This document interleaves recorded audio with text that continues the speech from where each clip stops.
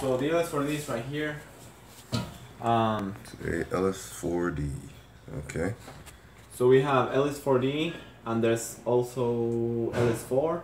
The only difference between the D stands for what's D for?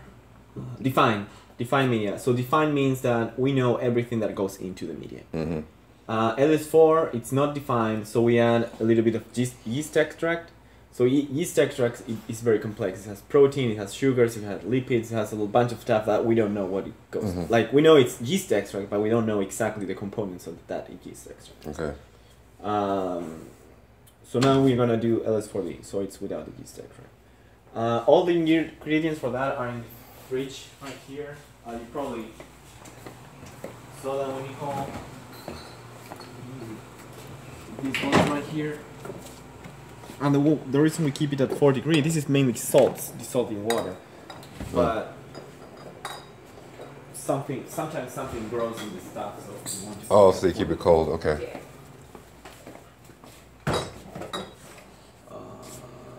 So we're gonna make 500. So the way I do it is we don't have filtered water, no? Oh, all out. So I'm gonna try this water. This water, we brought it from another lab. We had to go there to do some experiments to learn stuff. Where is it at?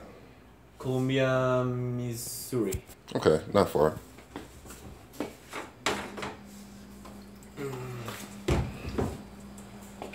So 500 milliliters. We're gonna start putting 300 milliliters of water. Okay. So I have a graduated cylinder, so I go for 300. It doesn't have to be exact at this point. So that's good enough. Okay. Is it 300? Can I see that? No. No, it's 300. Yeah. Right. So then sodium sulfate. So you go here. Usually, the way I register is like this order, but I don't know. Maybe Nicole changed it. It got a little bit mixed up. I was making which one the other day? I was making this on the Moy, or more like helping her. She put in the water and then I put in like the third ingredient down.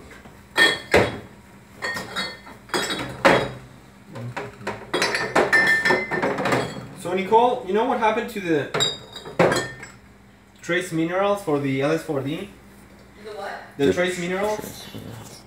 Yeah, they're in the fridge. They wouldn't fit into the thing anymore. Okay.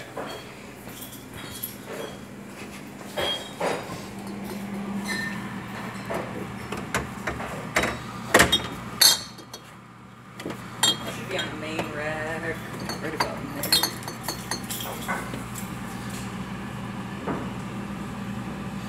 There.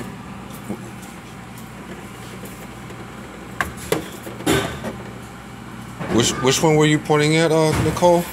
Is it the yellow one? Yeah, it's orange, yellowish. Yeah. That guy? Yeah, that's Okay. that's the one.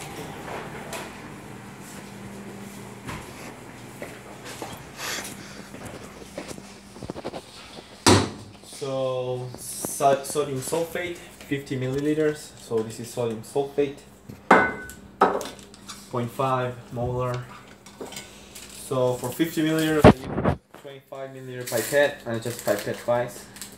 You could probably like dump it out, but if you don't have exactly 300, then it's very difficult to measure it. So I prefer to use a pipette. So 25.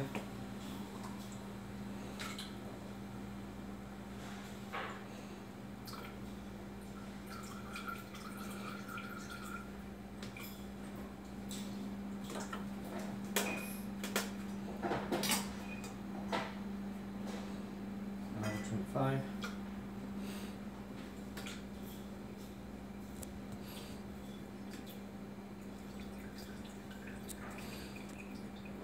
That's 50. That's it. And you use each pipette one time. I Right. mean, you can pipette the same thing twice, but if you're gonna change, Right. you don't want to contaminate all the stuff with other stuff. sodium lactate. So are you familiar with like metabolisms of bacteria or the electron acceptors, electron donors? We covered metabolism just recently, so still yet to read the chapter, but yes, I'm familiar. So basically, the electron acceptor, in the case of, let's say, like pretty much all the organisms, glucose is one very good electron acceptor. That's the energy source. Those electrons have to be dumped somewhere. In our case, we use oxygen as electron acceptor. That's why we have to breathe oxygen in. Right. So we reduce the oxygen. Exactly. In the case of this bacteria uses sulfate. So all the electrons gets dumped into the sulfate, and it gets reduced all the way towards hydrogen sulfide, which is a gas. It's SH2. It's a gas. It smells like rotten eggs. Have you made him smell hydrogen sulfide? No. Not yet? We'll get there. We'll get there. Is that what's always stinking up the labs? Yes. Sulfur? Okay. Yes. And this bacteria uses lactate as electron acceptor. Donor, sorry. So this has the lactate for the electrons, and we just put the sulfate for accepting the electrons. So basically we're putting the minimum that the bacteria needs to grow. Okay. And that's what happened in the environment. Like, pretty much they have the bare minimum. They don't have rich media. So this is 10. I need to put 15.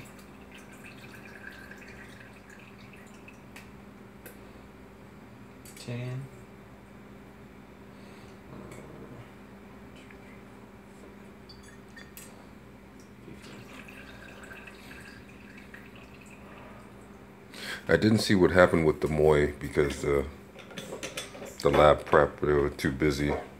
Is that becomes a broth, or is that just a agar? No. You added, doesn't have agar. It's just liquid broth. Magnesium chloride. This is just salts that the bacteria needs. Magnesium chloride right here. We need to add 4 milliliters. So for that one, I use the 5 milliliter pipette. You can use whichever, but it makes no sense to use a 25 milliliter pipette for 5 milliliters for 4 milliliters when you have 5. Right.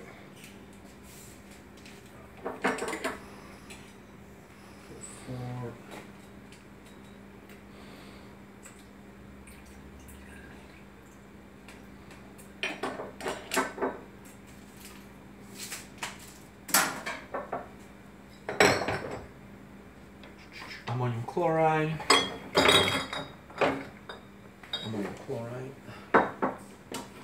So 2.5.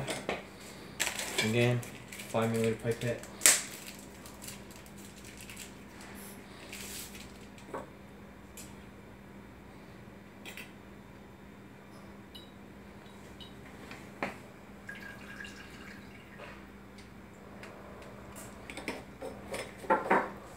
Yeah. The one I like to do is in order, because that's impossible to get confused. Right. Then we have this K2HBO. What is that? Here.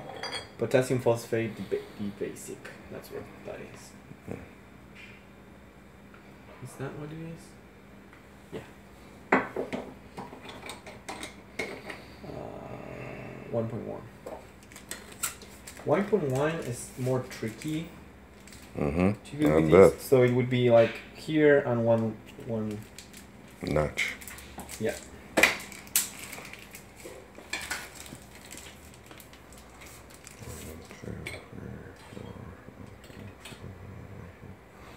Okay.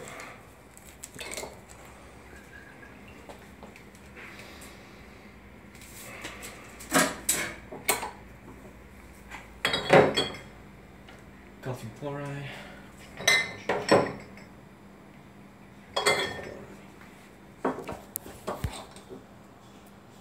So I made this. So for example, like here, this is calcium chloride. It doesn't say calcium chloride, but so I wrote down calcium chloride and the same thing. Right, the symbol. Okay. molecular formula. You don't. Oh wait, do you put? Oh yeah, you put molarity first. Okay. Yes. For this, so this is 0.3 milliliters. Have you used these pipettes before? Yeah. Well, I just got reoriented with them earlier this week. So. Okay. Yeah. So this is P1000. So this is are called P1000, P200, P100, P20, P10. You have several.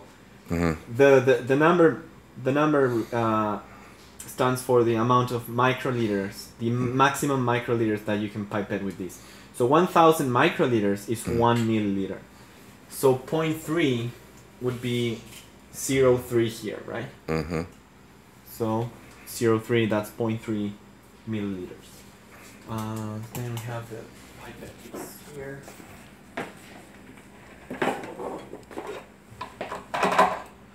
So you could pipette it with this, but it's more accurate if you do it with this one. Right. And it's easier, like, that's it. And you don't waste one of those. I mean, that's why I do it this way, basically. Cool. 0.3, then trace minerals, 6.25. So for that one, you can, so this is a 5 milliliter pipette, but 5 goes to here. So you can go to 6 and 7.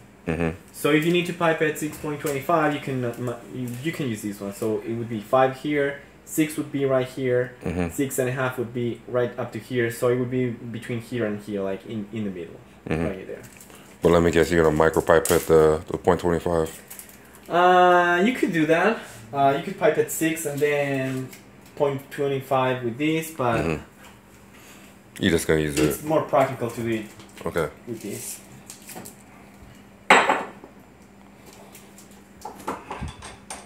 Like, once you start doing stuff, you want to make them the most practical way possible to save yourself some time, because you don't want to spend like an hour doing this, because it makes no sense. Okay.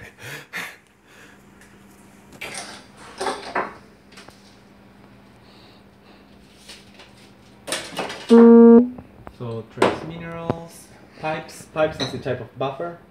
So basically you buy the powder, you have it somewhere around here. It's called pipes, and you just dilute it. It's very basic. There's several types of buffer with similar characteristics, which one is pipes, one is heaps. Then there's another with similar names, so they're all pretty much the same thing. Okay. 15 microliters. So the 10 goes to 13. So you could use this one, like do 10 and then 5. That's what I'm gonna do. Okay. You could do 13 and then 2. But that's however you feel more comfortable using it. 10.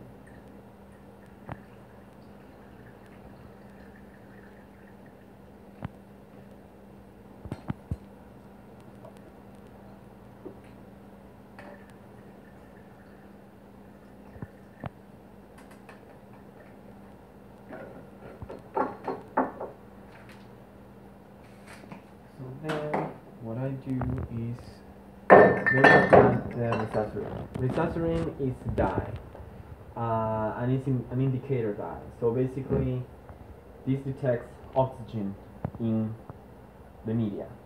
So when there's a lot of oxygen, it's going to be oxidized. When it's oxidized, it's kind of a dark color, like dark blue color. Okay. When it gets a little bit reduced, it gets pink, and when it gets fully reduced, it gets colorless, like transparent. Doesn't have any color. So we have to put 0.1. So for that, I'm going to use this one. So it's 0, 1. That's the P1000.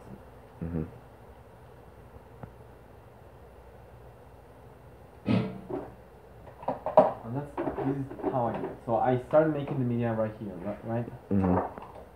But the media is gonna go in a bottle. So what I do is just take the resazurin, put it in a bottle.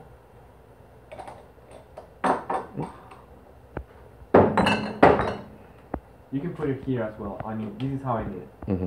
Then put it I put it here. So it gets mixed. Right.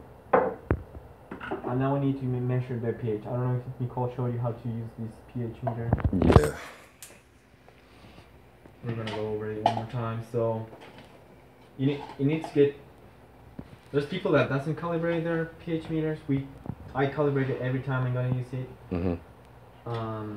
So the pH meter has to always have to have liquid in here. That's something we have to check often, because otherwise it gets ruined. So then we have water here, distilled water. We rinse this a little bit. Then we have the King wipes.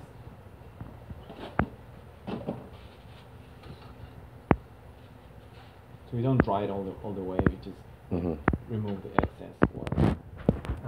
Then we hit calibration. And here we have our standards. So we have pH 10, pH 4, and pH 7. With 2 it's enough. So let's do pH 7 first. So you basically put your probe in there, let it sit for a second. Like if you let it sit for long enough, it's gonna stop by itself and tell, well, this is pH 10. I don't like to wait. Like once it's stable, I just hit read, and it blanks it. So for now, this is pH 7 for the probe pH 7. Okay. Then I rinse it a little bit. Again, remove the excess water.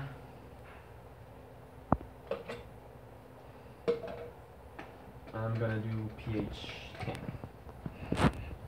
And the way I choose the pH for calibrating this, it's if you're gonna do something, if you need to measure something that is between 7 and 10, I use 10. If you need to measure something that's between 7 and 4, I do 4. In this case, we need to measure the pH, and it should be 7.2. So it's between 7 and 10. So I use 7 and 10. Good. So then calibrate again. So it's pretty calibrated right now, you can tell, because as soon as I put it here, it's 10 point something, 0 something. So. And then you said sometimes you don't wait for it. I don't wait for it. So I just press. Once it stops, like the numbers stop moving, I just hit read. Like they're not moving that much. So that's pH 10.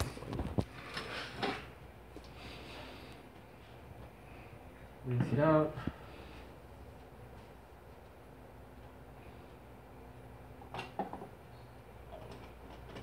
And I want to change the pH here. So usually when we make this media, the pH is, so once it's done, I hit end, save, and that's it. Now it's reading. So usually the pH is 6.8, sometimes it's near 7, and we need to put it to pH 7.2. So this is more acidic than what we want, so we need to add a base to make it more basic.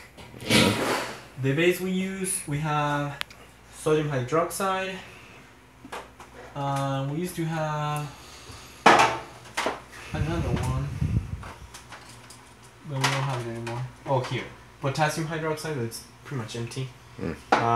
This is 5 molar, so you don't have to add a lot. You have to add just a little bit at a time.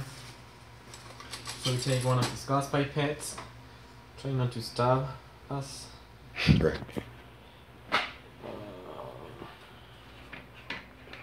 Those get autoclaved? No, this is not necessary, because this is gonna get autoclaved later, and this is very basic, so nothing can grow in here. Nothing can grow in here. It's very, very, very basic. So I just add a couple drops of that, and I mix.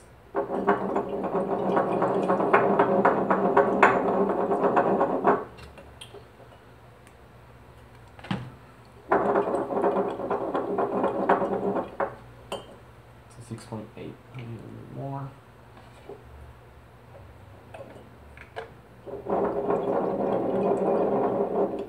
Well, here, like once it stops, sometimes it stops reading, and you're gonna see this A here has to be like blinking when it's reading. So when it stops, it's no longer measuring your pH. So Alright, it's getting you should close pay enough. attention to that because sometimes it stays. The same, okay. Yeah. So Just a little more. Oh.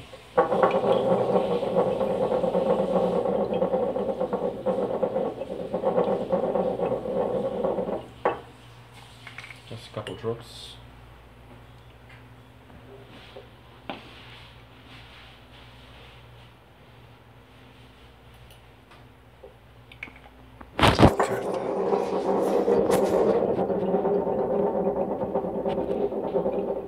Pretty close. Yeah, just a little bit more. Okay. It just has to be above 7.2. The closer to 7.2, the better. Okay. So that's what we want.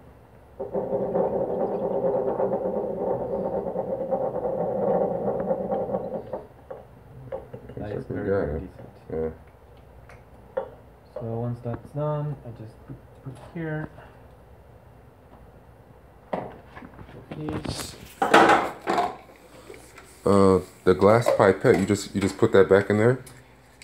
So we take it from here Okay. and we put it here. This Oh. is going to the trash later. Okay. I just dumped this accidentally. So we have more right here. So that's the new one? That's the new ones. And those are just these. trash. Okay.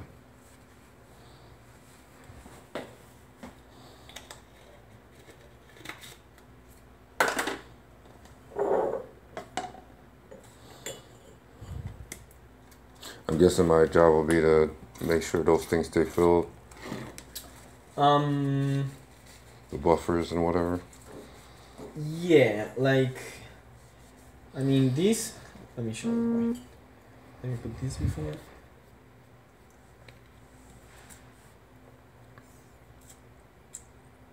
This is kind of tricky.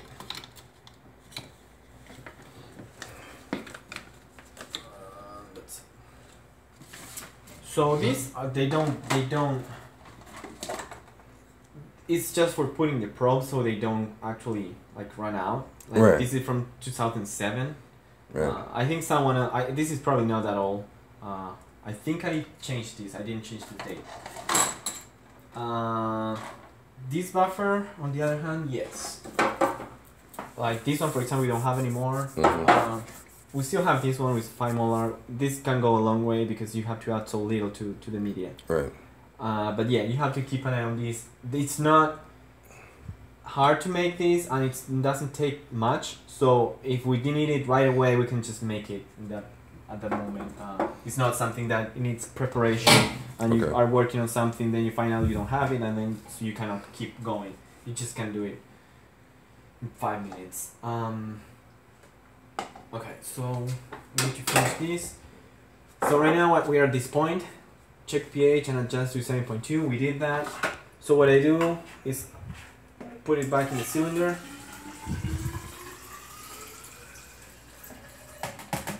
Because here we said we have to add water to a final volume of 500 milliliters. That's what we want. Alright. And right now we are at below 400. Okay. So just take the water.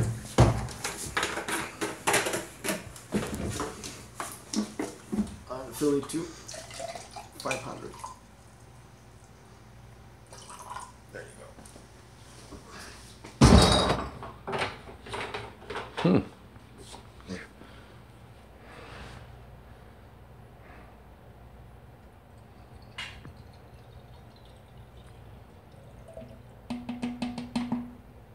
Okay, once we have that, so we put everything back. I put everything back together. One of the things that all the buffers that we use here for the pH and everything, like this one, it has a lot of salts. So if you get it wet like this, like I did, and it dries, it's gonna get like this. And if it goes a long time without anyone cleaning it, it's gonna turn all white. So what I do after I finish doing this, I would just take a paper towel, some water, this is water, or you can use alcohol as well, and just wipe it down. And this way you keep everything clean.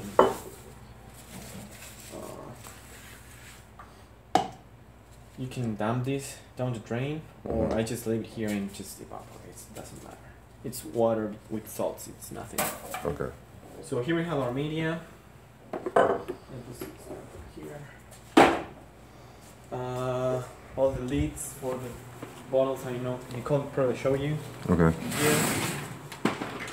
Yeah, that goes for wash. So you don't close it all the way. Just let it loose for the autoclave. Yeah, we put the tape on it. Put the tape.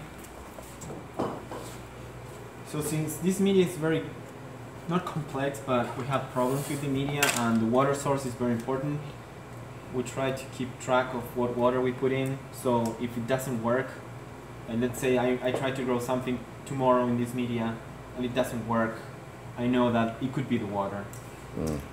So I'm gonna put LS40. This is what the media is. I'm gonna put wall lab H2O water because it's from the wall lab. Right. The date today is September 17, 2015. And my name because I did it. Once you have that, autoclave tape, and the way I like to put tape, and this is to make the people who wash the dishes easier, an easier job. I just like stick it to itself, so you can just rip it off. Yeah. Good. And I do the same with the autoclave tape. I do like that, and I put it on top of this tape because it's easier to get this tape off than the autoclave tape. So that way it's very easy, just take it out. Cool. That's pretty much it for the media. Now we have to go to the autoclave. Has Nicole show you how to use the autoclave? Yeah, I remember. Actually, I still have yet to use it. I know that we're gonna put it on the liquids and not the dry. Yes. Because the dry, what it does is the pressure releases very fast, and if this is very hot and the pressure releases very fast, it boils over. Okay. Hello. How many is autoclave? Yeah, you guys do. I'm just like, So push this pedal right here, and you can go on. Should take one of these boxes and put it inside just in case it like boils over and everything comes in here and doesn't stain the rest of the autoclave.